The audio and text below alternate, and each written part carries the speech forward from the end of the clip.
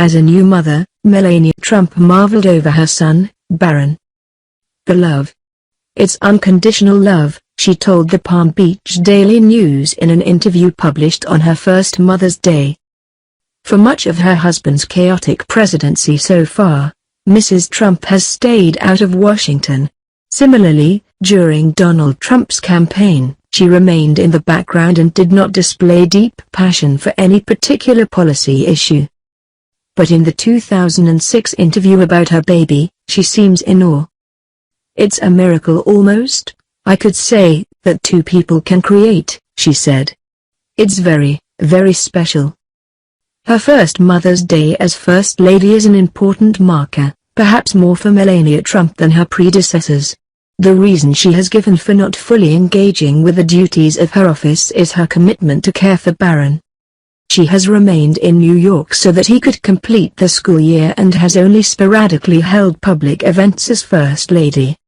Her first solo engagement during her husband's presidency was a visit to a hospital in Manhattan where she read "Oh, the Places You'll Go" to a handful of sick children. It was a motherly thing to do.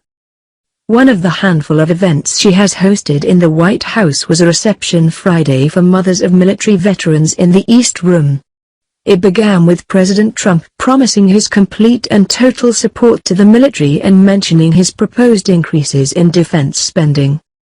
Then he praised his own mother, who he said was looking down on him, before introducing his wife. Mrs. Trump spoke for a few minutes from prepared remarks about the experience of being a mother.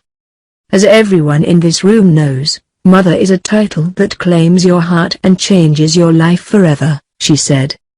"In fact, it has been said that having a child means allowing your heart to walk around outside of your body.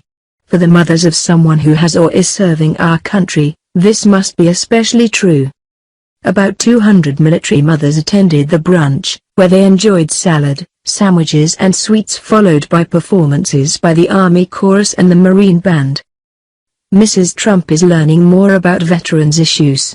On a Thursday in April, she attended a White House event honoring wounded members of the military. She also accompanied her husband on a visit to Walter Reed National Military Medical Center. She may take up advocacy on behalf of veterans as she increases her activities, which her staff says will happen once she has moved to Washington. Tradition dictates that the First Lady, as wife of the Commander-in-Chief, supports military families, and it is an issue that nearly every First Lady has engaged with in some fashion. Still, mothering seems to be what compels Mrs. Trump, and even the demands of Washington and her husband's ascension to the highest office in the nation have not deterred her from that first priority. "My husband is traveling all the time.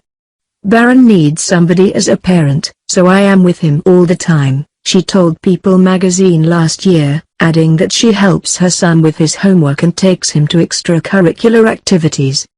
Donald Trump is hiring and firing with dramatic flair, and his administration is hurtling along swiftly, but Mrs. Trump's home life seems largely unchanged from that description.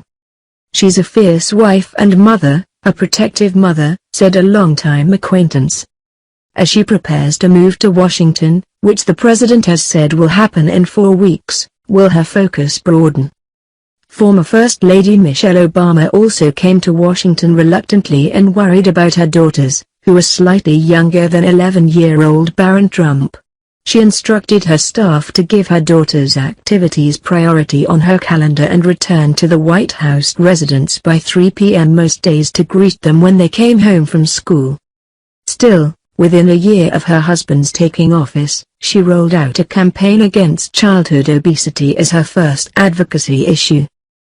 Mrs. Trump still has time to more fully develop a platform as First Lady, but what she does soon after she moves to Washington will indicate whether she plans to be mom-in-chief or mother solely to her son.